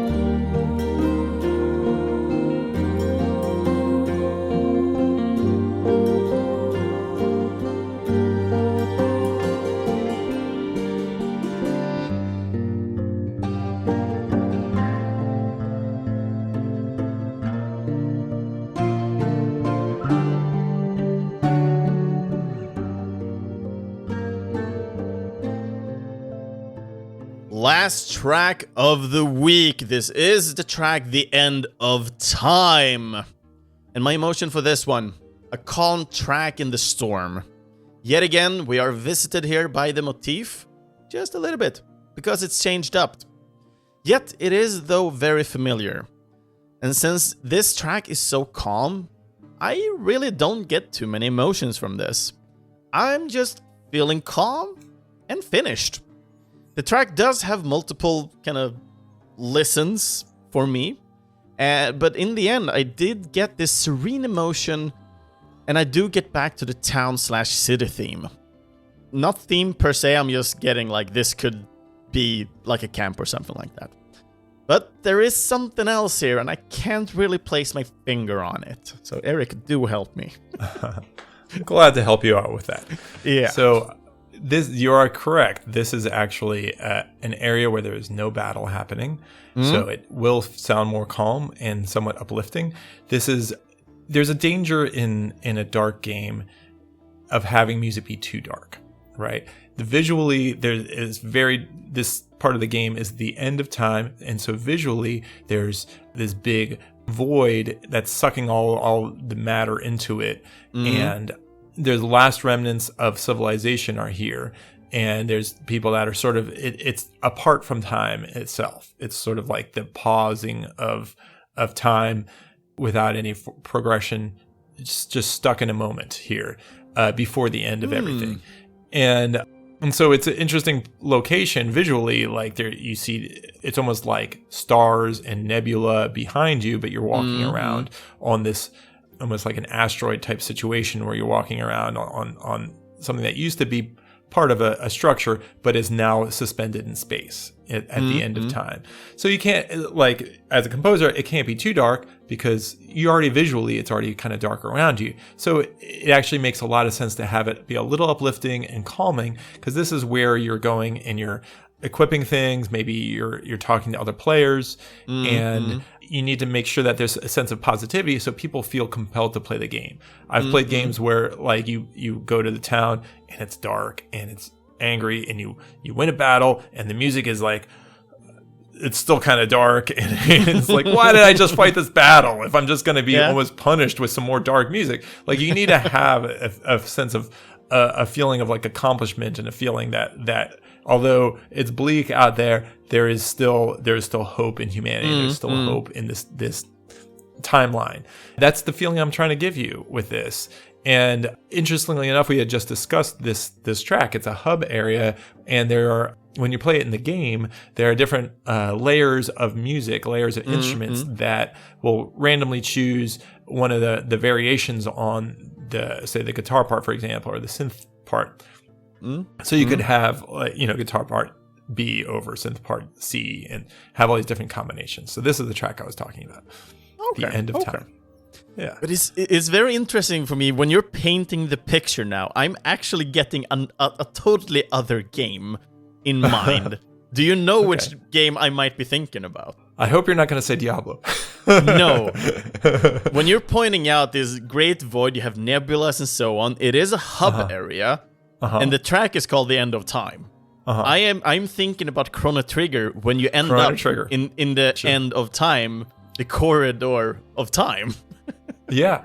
The Chrono Trigger is one of the biggest influences on Last Epoch. So you'll see people reference it all the time when talking about Last Epoch. Obviously, completely different game style, completely different. But the developers, especially the CEO, absolutely love Chrono Trigger. There are references all the time to Chrono Trigger. This game wears its influences on its sleeve in some ways. Obviously, it takes a lot from Chrono Trigger and Diablo and all these other games. But I feel like every game has a certain amount of that. And Last Epoch brings it all together in a really beautiful way and creates something entirely new out of all these different elements that they bring together. And I'm happy to be along for the ride. And it's funny because people were like, man, this track sounds so much like Chrono Trigger, blah, blah, blah. And I'm like, I listened to this Chrono Trigger soundtrack like once. It was not a game that I got into. And then I listened to the Chrono Trigger soundtrack. I'm trying to hear what everybody else I think they're hearing. just thinking more like thematically in terms of like the plot of the game. But they have said like there is some tracks that are reminiscent of Chrono Trigger, and that's purely accidental. So someone said that this track has a part that sounds like a Pink Floyd song. They're like, well, I do listen to a lot of Pink Floyd, so it's possible. And they point out the part like this, this one track, and I listened to that track, I'm like, okay, I could see it, sure, I guess. But, I didn't like specifically try to like be influenced by that track. But, you listen to music all your life, and some little bits of it here and there come out. And it's not, I'm not going to be able to be sued by Roger Waters or David Gilmour from this, because it's not similar enough. But I can see what they're talking about. Yeah. So one of the questions. So when I was playing this on stream, I actually had this one person who came in, and he knew everything about the game. So he was like one of the best things that happened during my stream. Oh, great. And he was one of the persons when I told to the stream like, hey, I'm going to talk to you. He was the one who like straight onwards like, hey, I would like to have this question asked, and it was specifically about this track, which was also pretty fun because I didn't know which tracks we were going to listen to when I got this question, because you haven't made your picks yet. Oh, okay. So this was Zed Spectza, a guy from Africa, actually. Super neat guy. He wrote the following. There's a theme tune that plays in The End of Time that it has this very relaxing, homely feeling to it. Did this happen to be a happy accident, or was this intentional? Because if it is intentional, it is quite effective. It was very intentional. It was very intentional. We discussed this a lot, and before I wrote the music, we're like, so what do we want to achieve? What do we want people to feel when they hear this music and they see the visuals? Because you're not just writing music in a vacuum. It has to work well with the visuals and sort of take... complement the visuals or supply something that the visuals aren't supplying. The visuals don't necessarily supply the feeling of warmth and hope, because it, like I said, it's sort of like you're suspended in space with, a piece of the ground that's been almost torn out and is sort of suspended in space. And so you don't really get a homey feeling of that, but you need to feel that feeling of warmth and some bit of comfort, because otherwise, like the whole game is going to be a lot darker. You need to have a nice place where you can go and you talk to your buddies. You plan out where you're going to adventure next. There's a place to buy weapons and upgrade your stuff and do crafting and everything. So it's very important to have this space. And it's also the space that when you've played the game for maybe 5 hours, it's the place that you log into. So you hear the theme and then you end up in the End of Time, and it becomes the hub for the next 20 or so hours of the game. Yeah. So it's important to have like a rewarding feeling or like a more calm feeling before you go out and adventure, and then because you keep coming back to it, so you need to have that feeling of some comfort, because otherwise, what are you fighting for? If you come back home and it's you feel dangerous, you feel unsettled, then why are you playing this game? Like, you don't have anything to fight for. Like if everything's always like up in the air and everything always feels tense. So it was very important to have that feeling. And also trying to write hope as well, to bring something people can be eager about. I think that seems to be one of the hardest emotions to try and write for. Especially if you don't really have a straight on purpose on top of that. Like, you need to beat the last boss, and something happens, a crescendo is happening, and you will interpret music into hope, so people will be more eager to finally beat this boss. But trying to get that kind of emotion of being hopeful in a town, I think that's really, really hard. Yeah, absolutely. Crazy. No, but another question. This was from a viewer named Study, and I actually made a little bit of my own kind of interpretation on this, because I didn't just copy paste the question right from the scratch. One of the things when it comes to mind with the video game music and so on is either you have this kind of sort of contrast to it, or you might go with something that complements it. And in the end, when you listen to a soundtrack, especially when you're playing it, either you will have something that goes into the experience and it will kind of fade away in the background, but you will still kind of enjoy it, or it can be, for example, very bad, and you will have a really bad experience. And you will start noticing it's bad music. Sure. So we've been listening to a couple of tracks here from Last Epoch and got a pretty good surrounding understanding of the soundtrack. So I would like to ask you a little bit more about the process surrounding this. Like, why are some tracks more aimed towards being more energetic, while other tracks have more ambience to them? It would be really nice to hear your thoughts on it, just to get that perspective. It's interesting that was mentioned. So I feel like one of the best compliments you can get is sometimes, man, the music was so fitting that it just perfectly complemented, and it just became a part of the overall experience. And it didn't pull me out and didn't say, hey, listen to me. It was like, hey, enjoy this game, and I'm going to help you enjoy this. I'm going to help supply the emotions for it. And that was actually a lot of discussions that we had early on, like how strong do you want the music to be in terms of like grabbing people's attention? And honestly, I'm trying to achieve something that is part of a part of this greater whole. I think that there are sections of the music that you absolutely want to listen to and enjoy in and of itself, like especially the theme is one that people always come back to, and they listen to it outside of the game.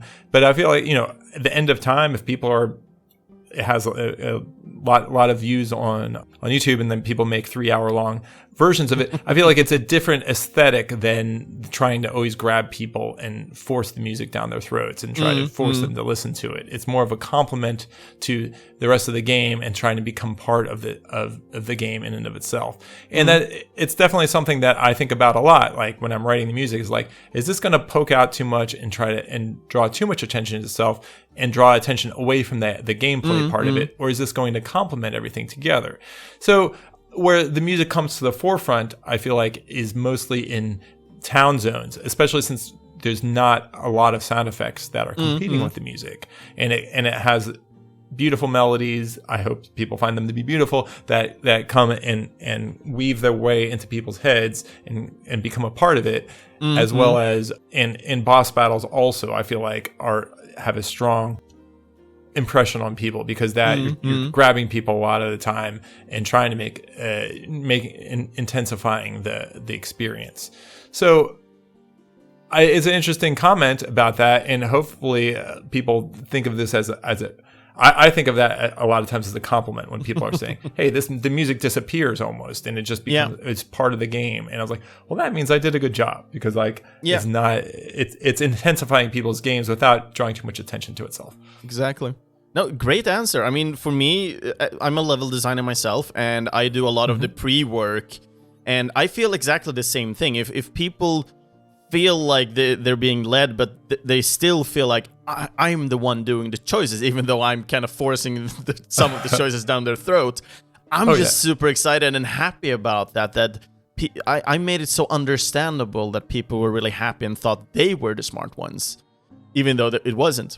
Yeah, you don't want people to play the game and be like, man, that level design was forcing itself on me, and like I didn't feel like I had enough choices to make and stuff like that. You want it to just become a part of the game, and so it doesn't have people like commenting on. I feel like people comment on the level design when it's bad generally. Like exactly. You want it to be almost invisible, but just awesome, and that's what I aspire to do. Yeah. And it kind of complements together with the music itself as well. I mean, comparing both of them. It's like level design, if it's bad, people are going to comment on it. If music is bad, they're going to comment on it. Of course. So it has similarities, even though it's two entirely different things. Yeah.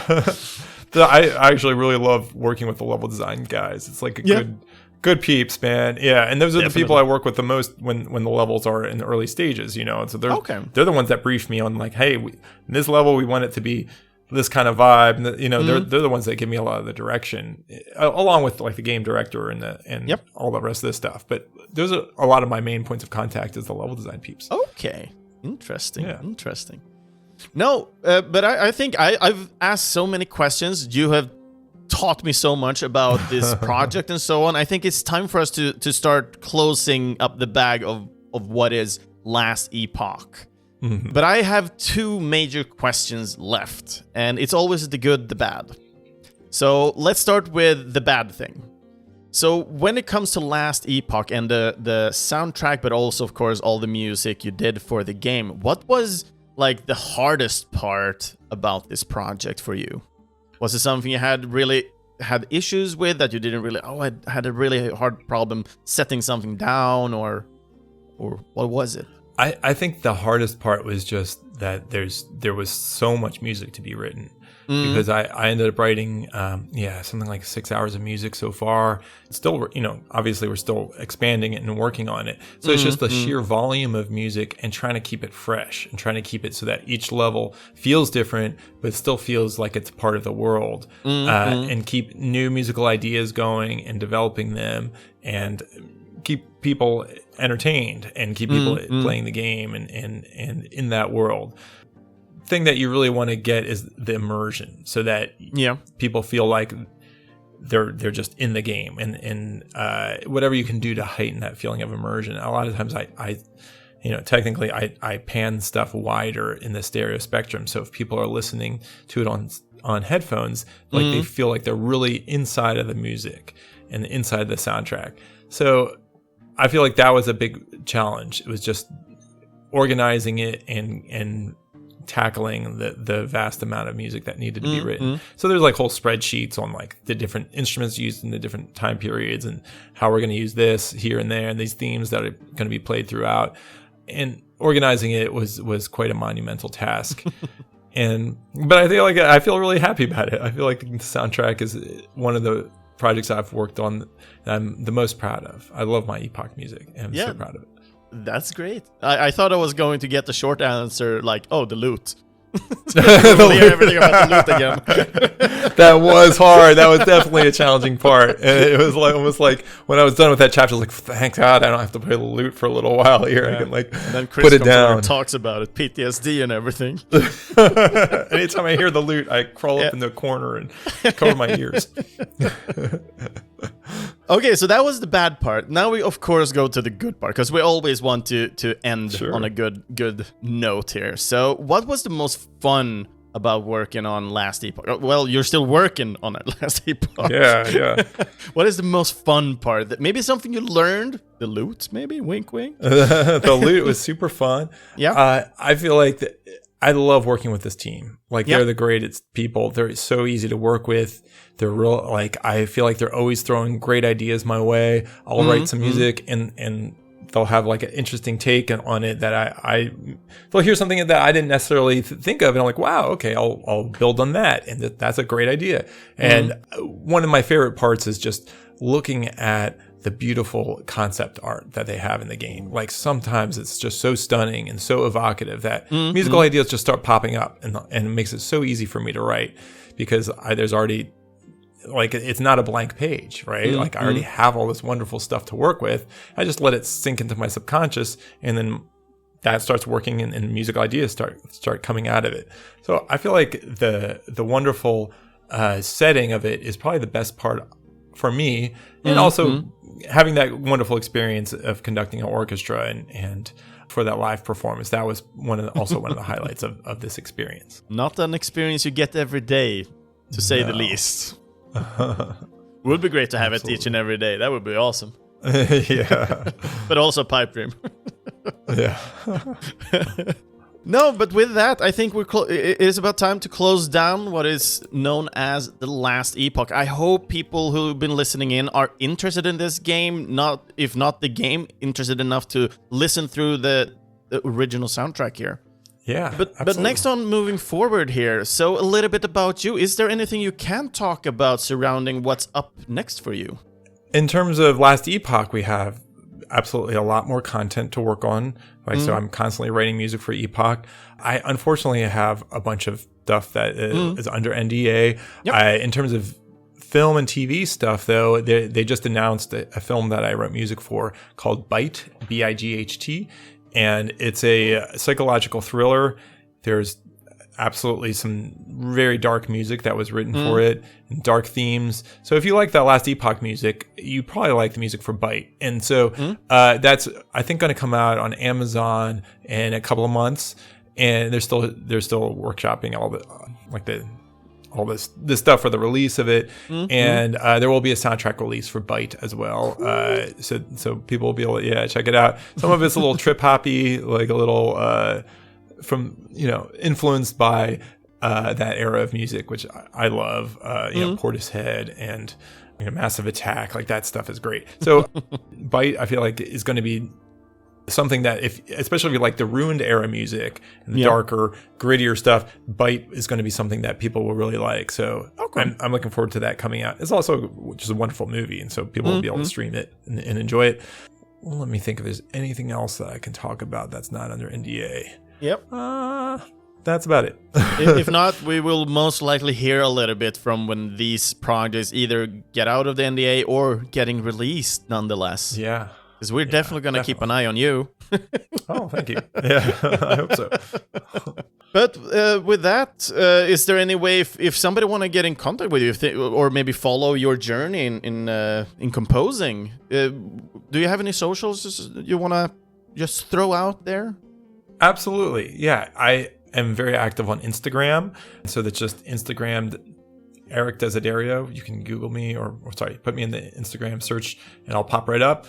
I also have a Facebook composer page, which is strictly stuff about new releases and soundtrack type related events and everything like that. I don't put pictures of my daughter on there or anything like that. And then I have a homepage where I have all these examples of music. If you're interested in that series of videos that are the modern take on Mario Brothers that are directed by the creator of Snow White and the Huntsman, that's on there too, so you can see the the dark, gritty version of Mario where he's a hitman and Luigi as a drug addict. That's all on there, and just all this stuff I worked on. If you're curious about checking out Star Trek Fleet Command music, or there's a couple of videos from Last Epoch on there as well. And then there's the double disc LP that's out. You can buy that on Laced Records if anyone wants to hear that. If people are vinyl aficionados, it is a colored. The discs are purple, but they're like cloudy, like dark cloudy purple. So they have a really cool look to them when you put it on the turntable. Yeah, it's awesome, and it matches the dark cloudy, purple cloudiness of the overall visual aesthetic of the game. And the Void has this dark cloudy purple stuff. So the discs are dark cloudy purple, and it works really well. Definitely. Yeah, and all these links will of course be provided in the main post and episode description as well, so people don't need to write everything down. Don't worry, we got you covered. Excellent. So yeah, with that said, I want to thank you, Erik, for joining in on this massive episode to talk about Last Epoch. It has been a blast. Absolutely. Thank you for having me. I had such a great time, and I look forward to talking to you about other upcoming games and stuff and soundtracks in the future. Yeah, I'm looking forward to that too. Just keep me posted. Awesome. We'll do. We'll be in touch. Yeah, and I'm guessing you're gonna stay in the Discord server as well. So if somebody just want to give you a heads up as well, if you want to talk and so on, maybe you'll be open for that as well. We'll see. Yeah, absolutely. Sounds good. Awesome. Cool. So Thank you.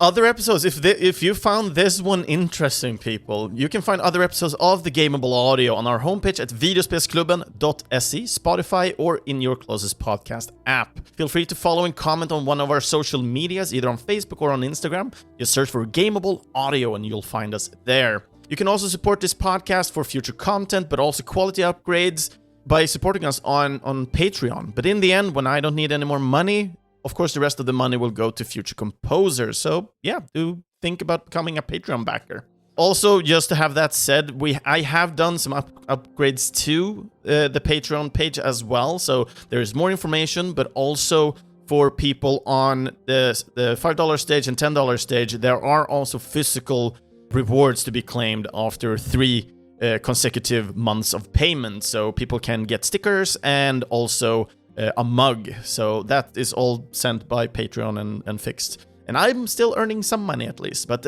still some more rewards to people who supports me. And new backers that we have since the last time, it's Mats, El Kebabo Tapper Holmqvist, and Sanders Wikström. Welcome to the Patreon backer page. And our awesome current backers that we do have had since before is Daniel Onemark, Lars Schenström, Titti Schenström, Kevin Wikström, and Mike Björkholm.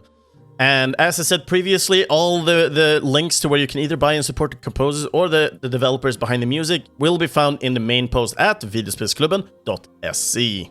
And also for the next episode theme is gonna be like... when I got in contact with this person during the weekend, I couldn't even sit still anymore. Have you heard of a little guy known as David Wise by any chance? Eric? Me? No. Yeah? I have not. No. You haven't? No. David Wise is a legend when it comes to video game music, and especially looking at games back in the day. And for me, I hold dear the games of Donkey Kong Country, Banjo-Kazooie, and... well, similarities to that, because he worked at Rare. Oh, cool. Okay. So yeah, I know those soundtracks. I'm just super excited for this. And as I said, I couldn't even sit on the chair anymore. I was like the guy who went out of my chair and started like punching the cloud, like everything around me. I was so excited. I couldn't even contain it. But yeah, we're going to talk about his work on the game Gimmick 2, which was released not long ago. So yeah, awesome. Super excited for that episode as well. I mean, I'm having so many guests right now. I'm just super excited for each and every one of them. Yeah, and the podcast theme music was, as always, composed by the amazing Thor Myrdal.